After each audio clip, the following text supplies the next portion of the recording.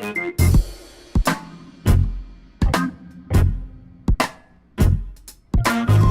okay, to start off, I think maybe the best place is to talk a little bit about yourself and each peach and kind of your journey in the early years. When did you start in the early years?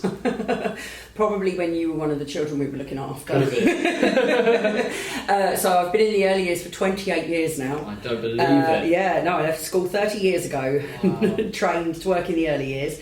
I was a childcare practitioner, worked for an organisation that had 9 nurseries, worked my way up to MD, and then 7 years ago when that was sold, having been there for 20 years, I found myself in a position of like, what do I do now?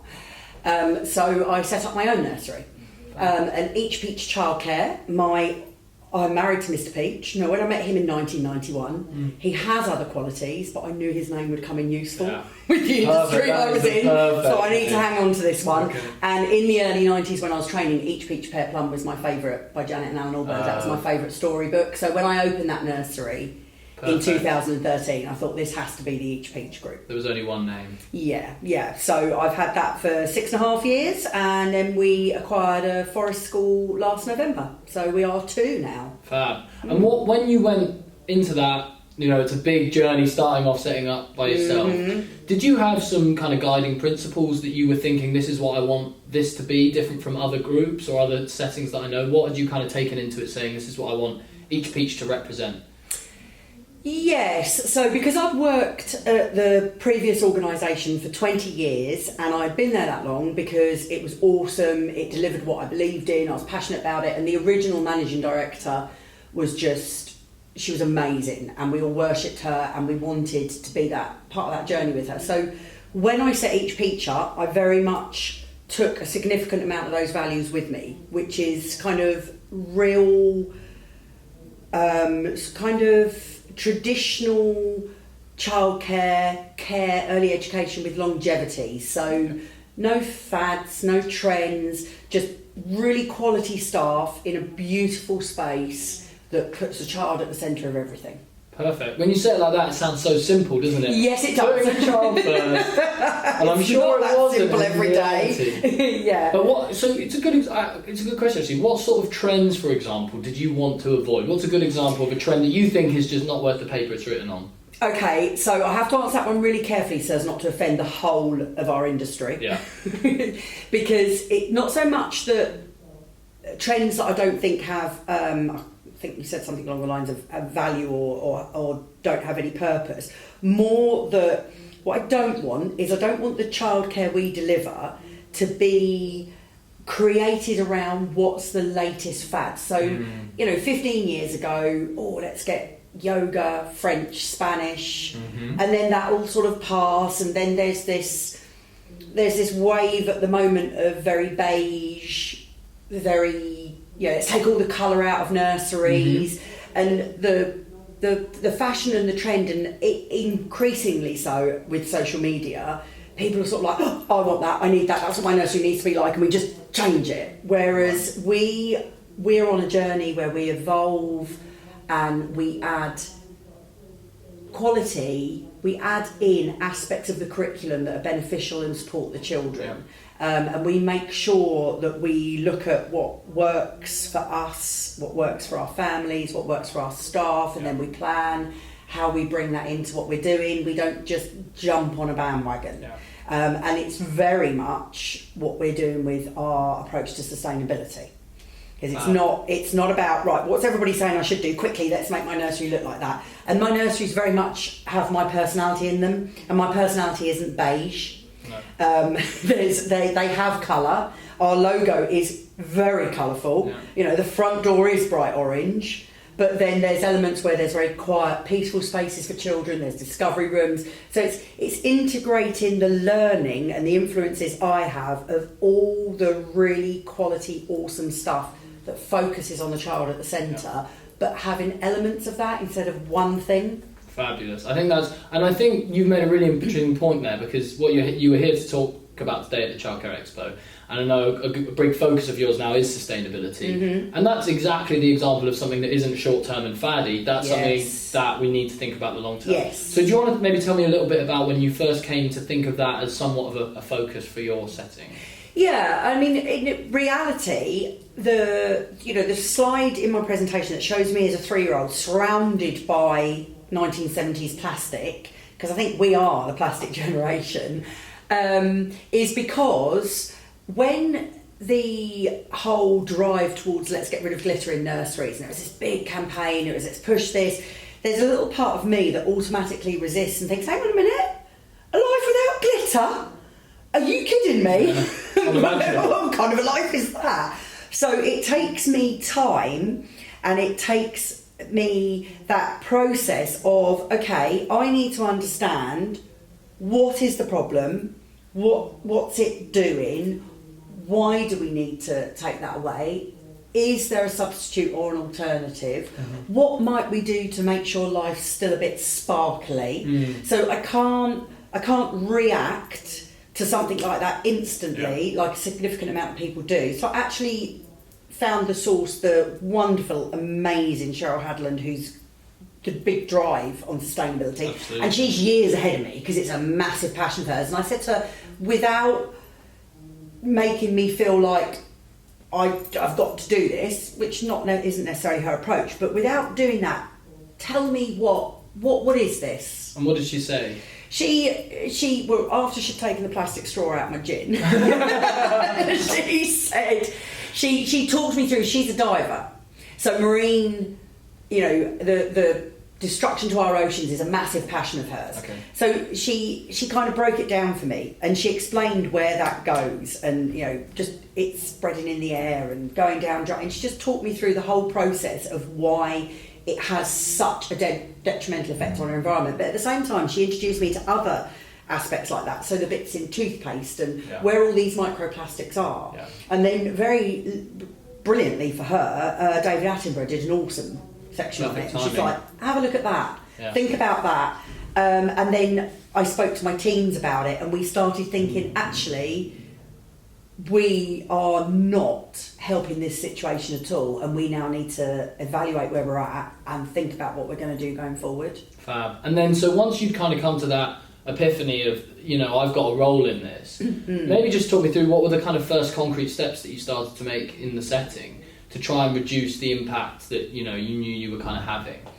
So the first steps are to understand, what do we do? Do we do anything that is reducing the impact, or is everything we're doing just terrible? We did a survey for our parents, for our staff, what do you think we're doing at the moment? What do you think we could do differently? What's your understanding of sustainability, the impact? So it's very much a paced, where are we at? And at that point, we discovered the forest school, quite naturally because of the outdoor space it's got. It was further down the line than the Hove nursery because it was growing its own snacks in the allotment and using the eggs from the chickens and ducks. It wasn't using paper towels. It did have loads of water butts collecting rainwater to water the plants. But it was doing that because it was a forest school. So then it was looking at how we could do that in the city nursery in Hove. So it was that, where are we at? What are we doing that's not so great? How do we start to do things differently? And that point, beginning of this year, sit down with the team of, I can't remember how many staff, I've got 60 staff, and look at what should we do? Because again, it's no point me saying, right, I get this, and we need to do this. What will we do? What should we do? How do we approach this? What do you think is the right way to do it? And at that point, that's where we're talking to them about, and when we do this, how do we make sure the children are part of that journey? So it was also, I think that's really interesting, because it's not necessarily about the concrete things as such, but it's actually about, as you pointed out, involving the parents very early, making sure they're part of the journey. And then after that, it's about making sure the teachers and your staff are on board. And then finally, that the children are a part of it as well. So it's not just, water butt here or a generator here or getting rid of some goods here. It's a more holistic approach. Yes, because I can't do that. I don't like tokenism. Yeah. It's got to be value based. I've got to have researched, explored, understood. I need to access that information from different sources that influence my understanding and thinking, and then I take it to the team and the teachers start thinking about it. So it's because if we're going to do it, we're not going to do it because the world seems to have gone mad about it and all of a sudden everybody's woken up and said we better become more sustainable. We're going to do it because in reality the destruction of our world is horrific, irreversible to a significant extent, and that needs to stop. And so that's where I think that's coming full circle around to the start of the discussion, isn't it? Because that's what you're saying. It's not about it being a fad. It's because it's got this longevity. Yes. So now, could you maybe give me some examples of ways in which you have made sure that the children are really involved in the process of working sustainably? Yeah. So following Cheryl's advice, she gave me a couple of organisations we might contact to join their programmes, and we chose Eco Schools, yes, okay. Which I believe is supported by Greenpeace, and we're working towards a green flag. Yeah. But you start that process, you go for bronze, then you go for silver, then you get your green flag. But what it did was it took all these ideas and it gives us this lovely structure to work towards. Because again, the staff said we need to take away this and that. And one day I went into one of the nurseries and needed to wash my hands. I was like, what do I dry my hands with? They were like, oh, we don't use paper towels anymore. I was like, so what would you like me to dry my hands with? And on the floor was a towel. And it's like, so the nurseries had said, right, we're not using paper towels, but they hadn't thought, so if we're going to use towels, where's the towel rail, the hook, where's the towel going to be so that the towel hasn't slipped onto the floor because it's just tucked next to the sink? And that was a really good opportunity for me to say to them, guys, you're passionate and you've got millions of ideas, but we need a 1 year, a 3 year, a 5 year, a 10-year plan. Brilliant. And Eco Schools, that whole project, it gives us the ideas of how to structure that. It gives us the bronze. Great, we've got there, we've done that. Yeah. It gives us the silver. And eventually, and in the process of doing that, that's automatically created the need to have committees which involve the children. Right. And get the children's input on what are we doing and how are we doing it. And what kind of input do they have? So we use our 4-year-olds, our preschoolers are the ones who sit on the committee with some parents and some staff. Wow. And interestingly, because the other thing I was explaining to the staff is the children will probably teach you a little bit about what this is. They get it a little bit more intuitively, perhaps. Yeah, because my own children, my 10-year-old daughter last week was sent home to write a poem about the ocean. It could be about pollution or it could be about the beautiful ocean.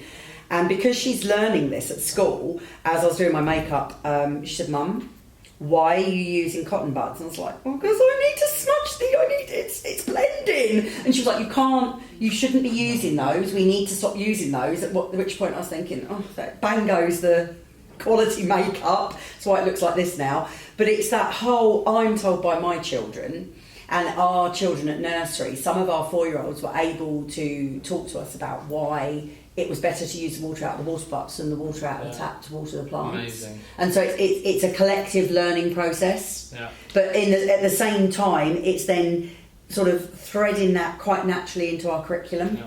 And it's funny you say that, actually, because I had a similar chat about sustainability with Vanessa, who's she's the director of a group called Little Green Rascals. Yes. And they have quite an organic approach. Oh yeah, no, she's amazing. Yeah. And she said to me that she talked about this thing called Pester power, which I thought was really interesting. It's exactly what you're saying there. It's this idea that if the children get it, they're the ones going home, and you're having a broader impact than just your nursery, because they're the ones who are going to be, Mum, why don't we have a recycling bin? Dad, why are you using disposable shavers? Etc., etc. And that's how we get the... No, absolutely. And I think with the generation at the age of my own children, they're learning about it, they're getting it, they're concerned about it, so they bring that into the family home. But the opportunity we mustn't miss is the opportunity to quite naturally educate all our next batch of generations, starting in the early years, that this is just the way we do things and the way we live. Yeah.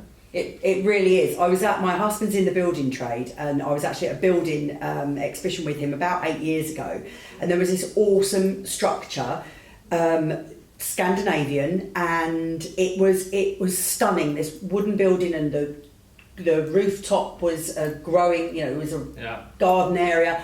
And these structures they could build, it was at that point, and the building industry was looking at zero carbon strategies, reducing things. And I said to him at the time, wouldn't it be amazing to be able to create a zero carbon nursery, and a nursery where the whole everything in the curriculum, including the building and the way everything's set up, is just what we do, so that those young children are just like, well, this is my environment, so this is what we do. This isn't a weird thing that I need to learn. And if we create generations who understand in that way, the next batch of generations won't increase the destruction we've caused. I think that's a fabulous way to finish off the sustainability chat, for sure. Do you think, another thing I just wanted to ask about is, I know you're a managing director, you run, your 2 settings now, and I think one of the things that's difficult, especially in the early years world, is finding time for the things that matter. How do you find time to be doing things like this today, and to be making sure your staff are on board? Do you have any ways in which you make sure that you're allocating your time to get the most out of it? Yeah, I make sure, because I have the other business, Pete Chano, which does the consultancy and training. So I do work across the UK, and I always have. But what I need to do is I need to structure my week quite carefully, because I feel it's valuable. I have 2 settings, so it's definitely achievable for me to have a presence in each nursery minimum once a week. Right. But equally, I need space to do the stuff I want to do and I'm trying to do. So the consultancy and the international work is about the fact that, because of our delightful current government, the one before that, the whole lot of them, because of the funding crisis and the erosion of our industry, and the fact that financially significant amounts of it is on its knees, my bid to find that other work is to bring funds in to resource the training, the development and everything the nurseries need, because 10-20 years ago nurseries were able to massively fund that themselves, but it's getting more and more difficult. So that whole decision that Monday I work from home, Tuesday, Wednesday I'm in Hove, Thursday I'm in New Haven, Friday I work from home, because it also helps me with the balance of the 2 working at home days. I haven't got anybody else interrupting me, but equally I can finish at 3 and collect my children from school. So I'm not missing out on the home stuff. But then they understand, as do my colleagues, that there'll be periods of time like today where I'm up in Manchester for the day, and so I'm not available to them. So it's actually really about respecting that other work you do that's not in the setting is helping the setting, and respecting that doesn't get leached into. Yeah, and I mean the critical part of that, and it's such a challenge, is to find amazing nursery managers. Now I have 2 brilliant nursery managers. They're outstanding, and so I know they're all over it's in it. safe hands. Yeah, absolutely. And it's also making sure that when I look at the finances for the nursery business, we do have a designer who creates things like my gorgeous films and PowerPoint that I just showed, and creates all our social media and our promotion and our marketing, and it looks beautiful. And I do have a PA who helps me with event management and just everything administrative across the 2 nurseries and in my world and in my life. And those 2 spends could be seen as, well, if the industry's struggling a bit, why are you paying 2 people to do those jobs? It's like, because they enable me and my 2 nursery managers and my nursery leadership teams to get on with the stuff we really need to be doing. Keep to your strengths. Yeah, so it's really about picking carefully where we're spending our pennies. And to finish off, I've got a few quick fire questions I'm going to be asking everyone over the weekend. So hope some of these aren't too much of a surprise to you, but I think you should have some good answers. So my first question is, you've already talked about lots of people who you love and who you've been inspired from, but who inspires you most in the early years? Wow. Tom Shea. Okay. Tom Shea is the most awesome human being on the planet. Not just because he looks like Santa, and when I visited his settings in December, he was in a Santa suit, and I felt like I was actually with Santa.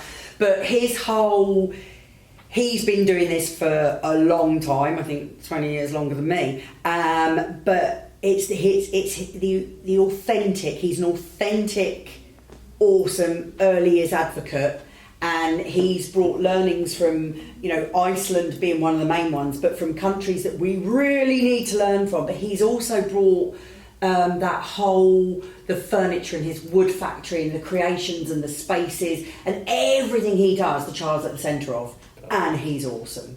That's a great answer. My next one is, if you could recommend one book or resource that everyone should read about the early years, what would it be? Oh my goodness. Read a book or a resource. See, I'm not a big reader of resources from the earliest. My book at the moment that I think everyone should read is Words That Change People's Minds. Okay. But it's not directly related to the early years, but it's about all the NLP stuff I do. That's so fab. It's language in and what we're saying, and it's those sorts of things, mindfulness and well-being, that But I I dig think into and love. That comes from it might come from outside, but it sounds like there's so much. Well, there is, because it has informed me changing the way we're doing interviewing and creating value-based questions for interviewing, for induction processes, and so it's having a huge impact on the early years. Okay. Next one, favourite activity that you just love doing, always works. Any opportunity to bring it out. You love With the children? With the children. Building a volcano that erupts. Just like, I mean, it's amazing, because when people are like, oh, yeah, it's hard work in the early years, like, it's a job where you get to build volcanoes that erupt. What's not to love? Yeah. Okay, what is not to love? The fact that you can make sure the top bit and you fill it up with red and yellow powder paint, and then you put your vinegar in, and then you put your bicarbonate of soda in, you mix all the powder paint in that, and then you tip the vinegar on it, and it erupts, and it's amazing. That sounds good. I want to do that right now. So do I now.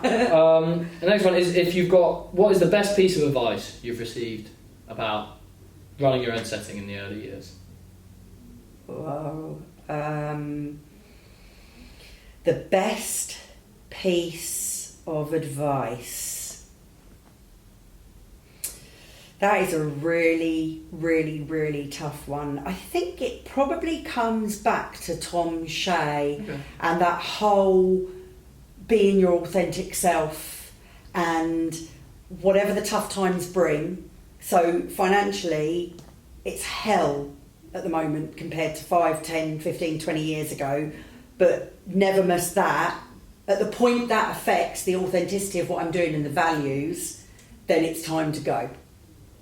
I love that. Okay, and finally, my last one is, what is the one change that you'd love to see across the early years? If you could click your fingers today, I think I might know what it's going to be, but what would be that one change? Oh, no, you see, I would...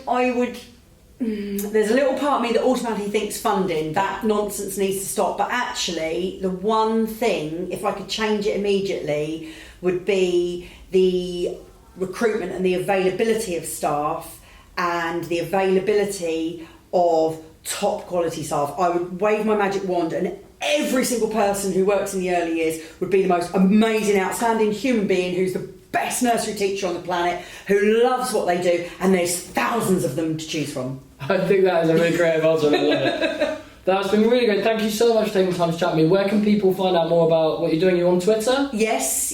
So I've got various Twitters. Kate Peach is on Twitter, so's Each Peach Childcare, so's Each Peach Forest School, so's Peach Arno. We've got gorgeous Facebook pages, lovely LinkedIn. I think we've got Instagram. We're starting to get out of my generation's understanding of technology, and we've got amazing websites. Kate, thank you so much. Thank you. Really appreciate it.